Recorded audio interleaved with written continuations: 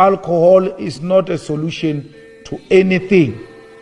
Even if you are in a depression, even if you are angry and you think that alcohol will bring happiness. Every time illegal alcohol is found and destroyed, there are cameras. Why are you selling alcohol to everyone when you know very well that you're dumbing down the nation? I can talk about when South African women started being targeted to be consumers and sellers of alcohol.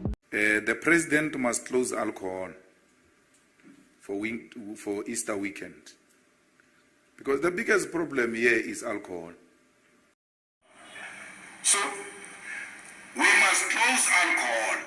Can't stand in front of us and say, I am what I am because of alcohol. Alcohol contributes nothing. EFF must not be shaken about it when it pronounces itself on alcohol. Comrades, lose votes on principle.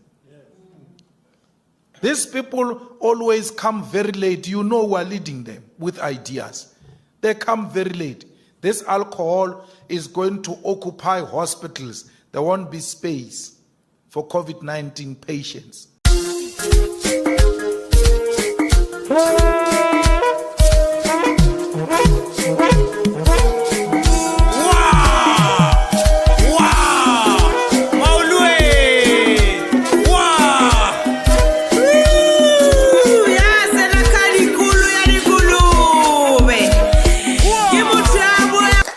The politically incorrect. Now let's talk. Julius Malema said it. Julius Malema has been saying it. He's been trending for saying it. I remember during the hard lockdown when people were speaking. They were very inventive of chopping.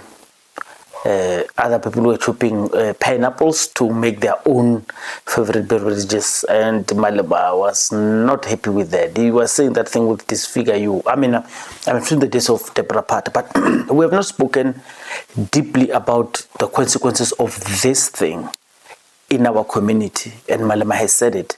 Now, I want us to check what Warren Masemola has said, because he compares what he says to... so this is, for those who do not know, so Warren Masemola is a big-time South African actor, and at the funeral of one of his own, so people have widely associated Kobrizi with Robotela. So he was drinking a lot and was famous for drinking a lot. He explains that story and he says it's not fashionable, it's not nice, and it shouldn't be encouraged. And then he quotes Penny Liviani. So let me do this. I'm going to play him saying it, and I'll see if I find the Penny Liviani one so I can touch so it makes sense, but I'll come back. Thank you. Alcohol is not a solution to anything. Even if you are in a depression, even if you are angry and you think that alcohol will bring happiness, it's a short-lived, dangerous happiness. Never find alcohol as a solution to your happiness. There's no happiness in alcohol. There is hangover in alcohol. There is sickness in alcohol. You must ask those who drink. The following day, they look like zombies. Even Vaseline doesn't sit on their skin. It doesn't matter how much long they bath because of that alcohol. Save yourself from puza face. Start drinking water and leave alcohol. Alcohol is not sustainable. Why are you selling alcohol to everyone when you know very well that you're dumbing down the nation? I can talk about when South African women started being targeted to be consumers and sellers of alcohol. We never used to be selling alcohol and influencers for alcohol and buying expensive alcohol. Fully targeted now. We were fully targeted for the last 10 years. Yeah. Now now we're the highest leading drinkers as females. And we come from a history where our grandmothers doit so that they must remove beer halls next to the station because our grandfathers would get off the station, buy alcohol instead of taking the money at home. So they already had dealt with a black man. Sure. So the next target was who was fighting to keep the family together? It was us. So now we're the ones who got it, and it started happening here in Sentin. I remember talking to Edna. Penny, we're now arresting women coming from fancy restaurants here in Sentin, but Bahama Range Rover. And I started watching the trajectory happen. We went into 2010s. So we start from drinking just cider here, drinking. Now we are ordering champagne, whiskey, Hard liquor. And now, before you know it, now we are the influencers of it. So it's done. So now our little girls want mocktails. 0%. No, we're throwing mocktail parties for our children. Yeah, we're already introducing the concept of the glamour of there. Yeah. And now it's being done by us, the mothers, as black people. So I can't unconscientize myself. I've always been conscious. I'm aware of those things. But when now a demographic is targeted, it's a system, guys. And you're part of promoting it to the general population of the poverty-stricken people of South Africa because you have influence. Drops mic. Ma Africa, men and women, but if you orata moto, you owe it to yourself to talk to the one that you love and say, please, may we just call it. You have children at home, go home, your family needs you. 7 in the morning, and then you get home at 5 in the morning. That's 22 hours of being on the streets on drinking alcohol. And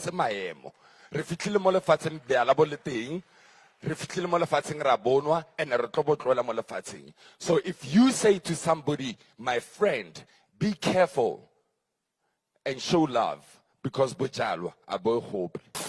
So I have spoken to the June 16, should I say, struggle veteran, the June 16 guy who worked in Peli during that time of June 16. And he explained a lot. And amongst the things, I think unprovoked, he speaks of how they deliberately targeted the beer halls, as they were called. Many townships in South Africa have those things. Comrades have now gotten to call it Ruaza. And so it's like a community beer hall. I remember where I grew up, we had two, some from this side of town and the other side of town in the whole township. So these were corners where our old people, when they come back from work or on weekends, they can go into that space and drink openly without interfering with the community. And you think of it, maybe it was a good thing, or maybe it wasn't, but it was a control thing, but it's part of social engineering. A lot of people don't hate it when we use words like social engineering, because then it proves that we are somewhat controlled. But I don't want to go deep. I want you to watch what he said.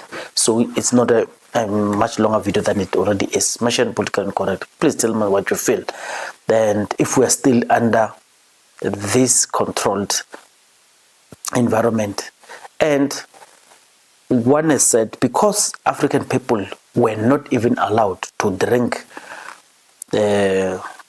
alcohol, they call it Bialaba Sesotho. African people were allowed to, but it was, you call it in many ways. Say Makailana, Tototo. There's this distilled beer that's not controlled. You can't control the alcohol because you do it with primitive means of getting this alcohol. It was dangerous and it was banned because other people said it was an attempt to make gin and what, but it was illegal. They call it Tototo. You would know what it's called in your own language. But it because it was very dangerous, it would kill people. I don't know if the poisoning or itself, but they said it was an attempt to make Bialaba Sesotho, Bialaba Sekgowa. And the question is, when they were opening up the economy, one of those things, without question, was allowing African people to be consumers of liquor and many companies that I'm not going to name have benefited from this. Many companies have benefited from this. But we know what was sold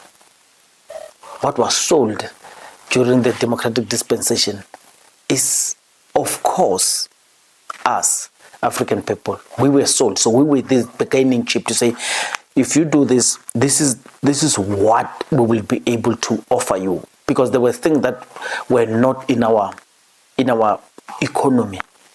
And you would understand, we do not control a lot of these things. The township economy and we do not control it. We consume it, but we don't control it. And there are a lot of people who are consuming it.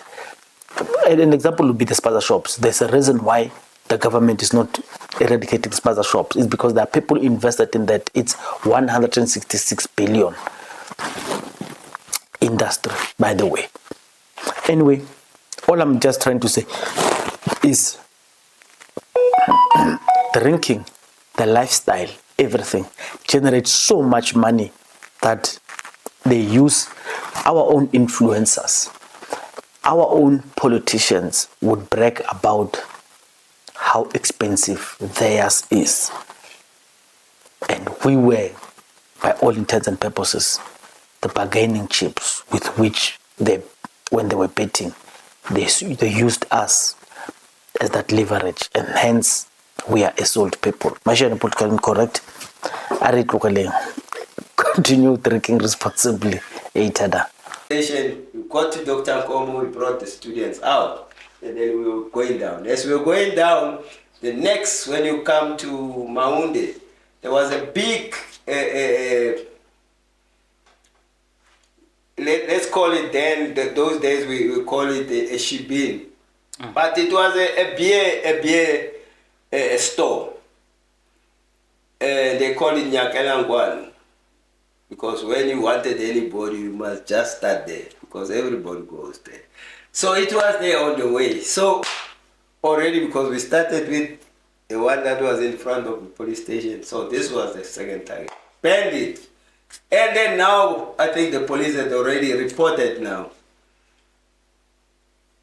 We had gone right through up to Holy Trinity. We've taken the students out. We are now coming towards Mpebatu. That time we had a place called Mpebatu, which was a nice, cooler place where people that want to enjoy go on a Saturday or maybe even during a week, Wednesday, Thursday. Normally Thursday people wanted to start enjoying their beers in a cool place. So that place was the best, top of the range in the Artsville that time. It was a hotel, but used mainly for people to go and have their alcohol in a cool, nice place where you can get good music being played there. So the people decided, students decided, it's our target. And for the first time when they banned him, or we banned him, I must not say I was not part of that. Maybe the TRC will still bring us in. Something now new started. In Pema, to remember now, this is a hotel. It's no longer. The people decided they didn't loot alcohol at the previous two places. But on this one, somebody said, no, let's start repossessing. So the students started taking. So you are saying the student took a conscious decision of fighting the oppressive system through the beer halls, the bottle stores and stuff. And it was a white person who was defending those establishments because it was part of the system to keep our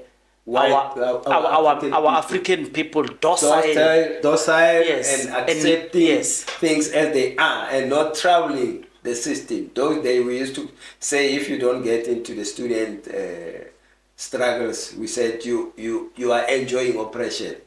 That's how we classified anybody who does not want to do. So those were means of making our people not to see oppression. If you go and work, that strenuous work that I talked about, digging the streets, sweeping the streets. Those were the works that our people were doing. At those days we called it Asia. I don't know what they call it now, PBA or whatever.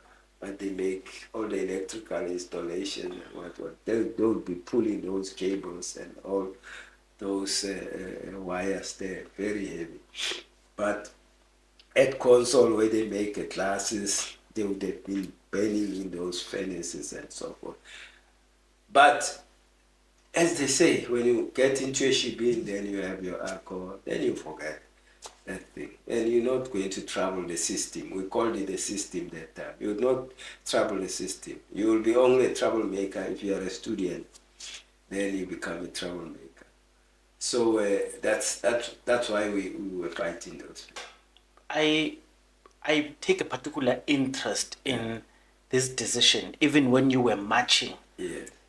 You did not plan it, but you found a bottle store. Yes. You burned it. Yes. You went to the next hotel. Yeah. You burned it, and you looted the beer. It was not only you. It happened in Soweto. It happened in Eastern Cape. Around that same time. Yes. What was it about the students who realized that this social engineering came with the bottle stores?